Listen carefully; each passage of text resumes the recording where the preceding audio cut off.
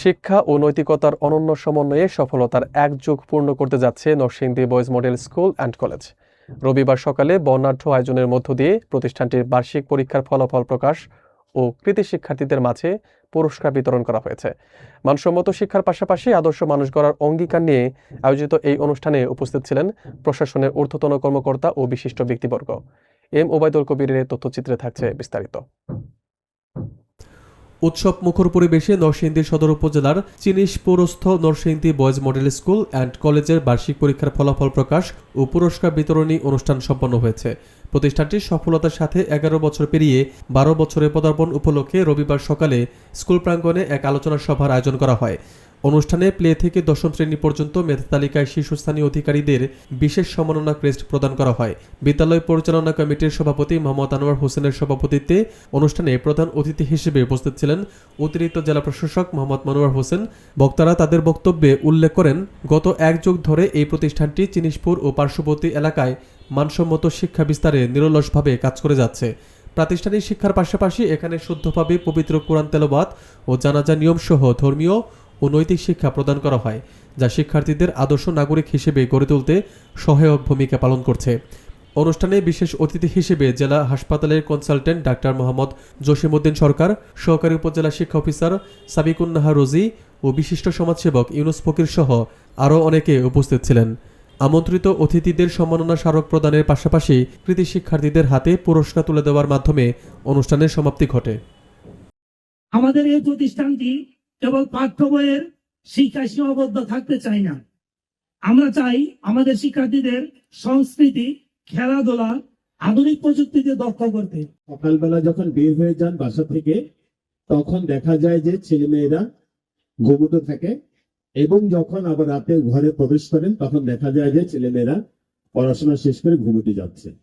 Ultimately দেখা যাচ্ছে যে অভিভাবকের সাথে সন্তানের কোনো সম্পর্ক তৈরি হয় না, যার কারণে কি হচ্ছে, অভিভাবকদের থেকে সন্তান আস্তে আস্তে দূরে সরে যাচ্ছে। আজকের যুগে এসে শুধু পড়াশোনা করলেই তো হয় না, নীতি, নৈতিকতা, প্রযুক্তির সঠিক ব্যবহার, খেলাধুলা, বিভিন্ন সাংস্কৃতিক প্রতিযোগিতা, সহযোগিতা এবং মানবিকতার গুরুত্ব অনেক। আমরা যেভাবে কোরআন সবক দিয়ে থাকি, প্রতি বছরের ন্যায় এবারও আপনাদের মাঝে থাকছে আমাদের শিক্ষার্থীদের পক্ষ থেকে কোরআন সবক। স্কুলের যে নিয়ম কানুন গুলো সত্যি প্রশংসনীয়। আমি এই স্কুলের উত্তর উন্নতি কামনা করছি। আপনার ছেলে স্কুলে কখন আসলো, সাথে সাথে আপনি স্ক্যানার পদ্ধতিতে আপনার মোবাইলে জানতে পারবেন। যারা এই নরসিংদী বয়েজ মডেল স্কুলে পড়ে, এই শিক্ষক মন্ডলী তাদেরকে আলাদাভাবে এই ধর্মীয় শিক্ষায় তাদেরকে শিক্ষিত করার জন্য যথেষ্ট পরিমাণ চেষ্টা করে। যে সময়টা মানুষ ফল ভোগ করবে, সেই ফল ভোগের যে পূর্ব সময়টা, সেই সময়টাকে অবশ্যই ভালোভাবে কাজে না লাগাইতে পারলে ভালো কিছু আনতে পারবে না।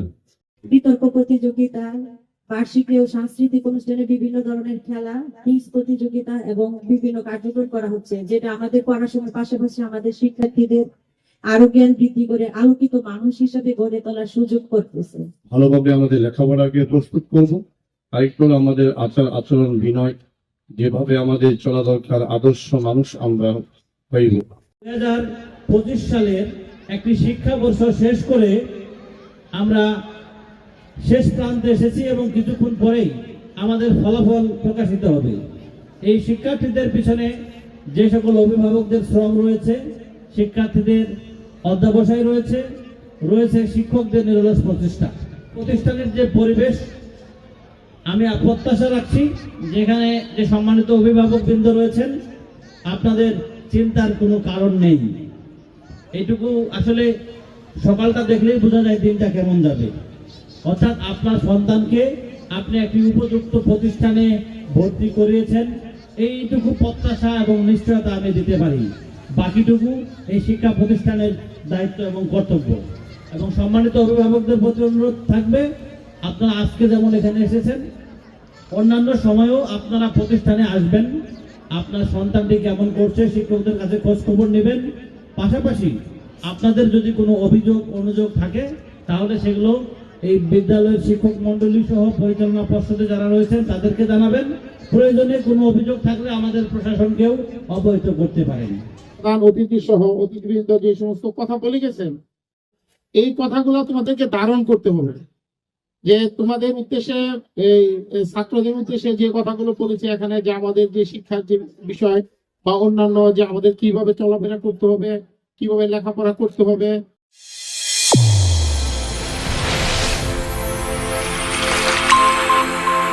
চ্যানেল A1 হৃদয়ের স্পর্শ।